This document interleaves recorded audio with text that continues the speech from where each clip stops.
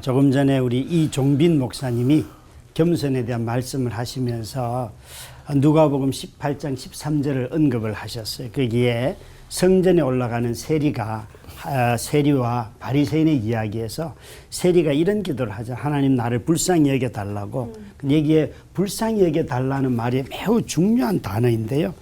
이 단어는 보통의 경우는 측은히 여기다 이런 뜻으로만 생각을 하는데 이 단어가 어디에 제일 많이 쓰이는가 하면 레위기의 제물들에게 제일 많이 쓰이는 단어예요. 레위기와 출애굽기에 나오는. 그래서 헬라어로도 보면 할라스케타이라고 해서 이것은 희생 제물을 말하는 거예요. 대부분의 경우에 긍휼이라는 단어를 쓸 때 텔레오스라고 하는 이 단어를 쓰는데 이 세리만큼은 자기를 향해서 이렇게 말하는 거예요. 나를 불쌍히 여겨달라는 뜻보다는 하나님, 내가 하나님 앞에 나아가는데 제물이 필요합니다. 나를 위해서 희생해 줄 사람이 필요합니다. 이걸 얘기하는 거예요. 그런데 그 사람이 누구인가 하면 바로 내 앞에 있는 그리스도라는 거예요. 그러니까 우리가 겸손을 이야기할 때에 노력으로 바로 겸손해질 수 있는가, 이 질문 자체가 벌써 어마어마한 사실은 도전인데 그것도 바로예요. 아마 아무도 안 될 거를 알 거예요. 바로 더더욱 안 될 뿐만 아니라 노력으로 겸손해질 수 있는가라고 묻는다면 우리 종빈 목사님 설교에서도 우리가 조금씩 나아갈 수는 있다. 겸손한 척은 할 수 있다. 그렇게 말씀을 하셨는데 모든 인간이 다 자기의 능력, 자기의 재주, 자기의 학력, 자기 하다 보면 끊임없이 우리는 이 말들을 하게 돼요. 내가 하면 할 수 있고 내 능력이면 이거 감당할 거야 라고 말하지만 결국에 감당이 안 되는 자리에 너무나 많이 간다는 거죠. 그래서 이렇게 노력이 자신의 중심이 되다 보면 은혜는 어디로 사라지고 은혜는 모조품이 되어버렸어요. 없어요. 은혜라고 자수성가한 사람들이 누가 은혜를 베풀어서 이런 말 안 해요. 여러분, 내가 이렇게 했으니까 너도 이렇게 하라. 이것이 자수성가한 사람들의 삶의 모습이죠. 여기에 노력을 하지 말라는 게 아니에요. 노력 속에는 우리의 욕망이 투사되기 때문에 이 욕망 안에는 죄인들의 열망이 거기 담긴다는 거예요. 그러니까 노력이라는 것은 겉모양이고 실제 내 속에 열망이 죄에 물들어 있기 때문에 그 노력을 통하여 무엇이 이루어져도 그 자신의 욕망을 다 채우지 못한다는 거죠. 인간이 죄인이고 이 죄된 성품을 가지고 살아가는 우리들이 이 사실을 관가하게 될 때 우리의 모든 노력이 나타나는 결과는 겸손한 척은 할 수 있지만 겸손한 존재는 될 수 없다는 거예요. 주님이 우리 보고 너희가 섬기는 자가 되라 라고 하셨지 섬기는 척해라 이렇게 말씀하지 않으셨잖아요. 그죠?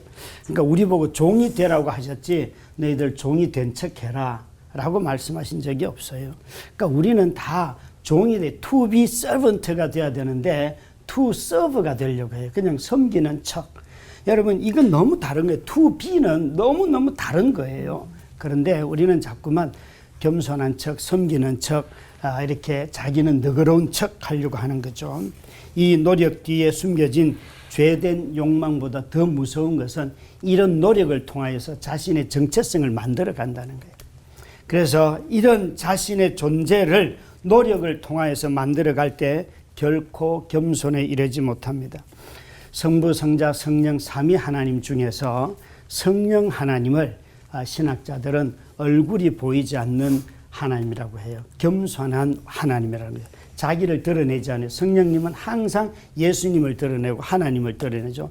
우리는 겸손을 이야기할 때 예수님을 가장 많이 이야기하지만 그러나 모든 삼위 하나님은 다 겸손하신 분이세요. 그런데 특히나 성령님은 우리에게 그 많은 능력을 나타내셔도 자기 이름을 드러내지 않고 항상 예수님의 이름으로 여호와의 존재를 드러내는 것이 성령님이세요. 그래서 우리가 겸손해지려고 하면 어떻게 되어야 하는가? 정말 성령 안에서 성령으로 충만해질 때 우리는 겸손에 이르게 되지요. 겸손을 배우게 되는 거죠. 저는 이것을 우리 모두가 다 겸손을 노력으로 이루는 것이 아니라 하나님께서 우리에게 조금 전에 찬양했던 것처럼 내가 그분과 아무리 동행해도 내가 그분의 친구가 될 수 없는데 그분이 나를 친구로 삼아주셨죠. 제게 친구가 많지만 자기 전부를 주면서까지 또 내가 지금도 허물이 많고 사실 여러분 설교자이지만 설교 준비 없이 올라가지는 않지만 너무 내 자신도 내 설교에 만족하지 못할 때가 얼마나 많은데 그런 설교자를 쓰시는 하나님이 저는 너무 놀라워요. 정말 겸손한 자를 높이시는 것이 아니라 죄인마저 높이시는 하나님이 우리 하나님이시라는 거예요. 여러분, 우리 주님은 죄인을 높이기 위해서 이 땅에 오셨고 우리에게 그 높은 자리를 주시고 자신은 이 땅에서 우리 모두를 위하여 죽어주셨어요. 조금 전에 말씀했던 누가복음 18장 19절에 있는 말씀, 여러분 그 죄인이 주님 저에게는 나를 대신해서 죽을 사람이 필요합니다. 이 마음으로 우리가 살아간다면 다윗이 시편 51편 10절부터 12절에 보면 밧세바를 범하고 난 뒤에 이렇게 말합니다. 하나님 나를 새롭게 창조해 주세요. 여러분 인간은 어제 욕망을 이겨도 내일 아침에 또 똑같은 욕망을 추구하는 게 인간입니다. 다윗은 하나님 저 그냥 새 마음 주세요도 아니고 새롭게 창조해 달라는 거예요. 여러분 다윗은 하나님 앞에서 한 여자를 성폭행한 것이 아니라 자신이 폭군이 되어 있는 것을 권력을 주면 줄수록 그것 가지고 자기의 백성을 돌보는 자가 아니라 살해하는 자가 되어 있었던 거예요. 여러분 그걸 깨닫고 하나님 앞에 나와서 하나님 나를 새롭게 만들어 주십시오. 그렇게 말하고 있어요. 여러분 우리 겸손은 죄인을 대신할 제물이신 그리스도를 찾지 아니하고는 겸손에 나아질 수가 없습니다. 저와 여러분이 다 그리스도 안에서 그리스도를 통하여서 겸손을 연습하고 배워서 성령 안에서 오직 우리의 삶을 통하여 하나님의 영광만 드러나기를 주의 이름으로 축원합니다. 기도하겠습니다. 하나님 아버지, 참으로 우리에게는 겸손한 척 할 수는 있어도 겸손에 이르지 못하고 한번 내 성품을 죽이고 누군가 앞에서 정말 자리를 양보할 수는 있어도 또 마음속에서 나 이렇게 잘하는데 나 이렇게 착한데 라는 교만이 슬그머니 올라옵니다. 주님 우리를 다시 성령 안에서 매일매일 새 창조하여 주시옵소서. 예수님 이름으로 기도드렸습니다. 아멘. 나의 교만 지수. 솔직히 교만 지수. 네, 나의 교만 지수를 체크하는 방법이 있는지도 궁금하거든요. 있다면은 체크를 너무 하고 싶어요. 그리고 어떻게 하면은 이 교만으로부터 멀어질 수 있는지 그 방법이 있다면, 그 과정이 있다면 좀 알고 싶은데요. 우리 김병렬 목사님께서 좀 알려주시면 안 될까요? 이런 지수가 있는가 싶어서 저도 네이버에 물어봤어요.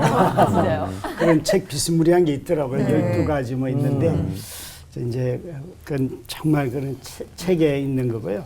저는 이 질문에 대해서 이렇게 생각해 본 게, 그러면 교만이 나타났던 게 어딘가를 보면 아담과 하와가 하나님에 대해서 도전한 첫 번째 모습이 교만이잖아요. 그러니까 하나님의 권위도 인정하지 않는 것이 교만의 뿌리라면 인간은 하나님께서 그걸 아시고 그러면 인간이 가장 교만하다는 것을 어디서 어떤 방식으로 극복하기를 원하셨는가 하면 10계명의 제5계명 내 부모를 공경하라. 이 부모를 공경하라는 것은 사람에 대한 공경이잖아요. 사람은 사람에게 복종하는 걸 제일 싫어합니다. 하물며 하나님에게도 복종을 안 하는 인간이 사람에게 복종하겠어요. 그런데 하나님은 인간을 회복시키실 때 사람에게 복종하는 방법을 통하여서 인간이 회복되도록 하였어요. 근데 만약 내가 누군가에게 복종을 하면서도 저 사람이 돈이 많아서, 저 사람이 나보다 실력이 많아서 그래서 네가 말하는 건 내가 들을 거야, 그러면 비굴해져요. 엄청난 분노가 생겨요. 그러니까 이 부모를 공경하라는 말 속에 담겨 있는 이 말은 먼저는 부모도 물론 혈육을 의미하는 건 아니에요. 하나님이 세상을 통치하고 섭리하기 위해서 세운 모든 권위자들, 지도자들은 다 해당이 돼요. 동사무소 직원일 수도 있고 지하철 직원일 수도 있고 방송국의 무슨 팀장님일 수도 있고 부장님일 수도 있고 대부분 사람들이 자기 다 상관이 있잖아요. 그죠? 그 사람들의 권위에 복종할 때 그것을 하나님은 겸손하다 말하는 거예요. 그래서 주님이 우리에게 세 계명을 주실 때 서로 사랑하라는 또 다른 말은 서로 복종하는 거잖아요. 주님이 오셔서 그 모습을 보여주신 거. 그래서 오늘 사회가 이 권위가 무너진 것은 정말 우리 자신들이 다 자기 자신을 중심으로 해서 돌아가는 세상이 된 것이고, 하나님은 그걸 바꾸기 위하여서 공경하라는 신약 성경의 표현대로 한다면 율법이 아닌 그리스도를 경외함으로 피차 복종하라. 사람에 대한 복종을 통하여서 우리는 겸손을 배워갈 뿐입니다.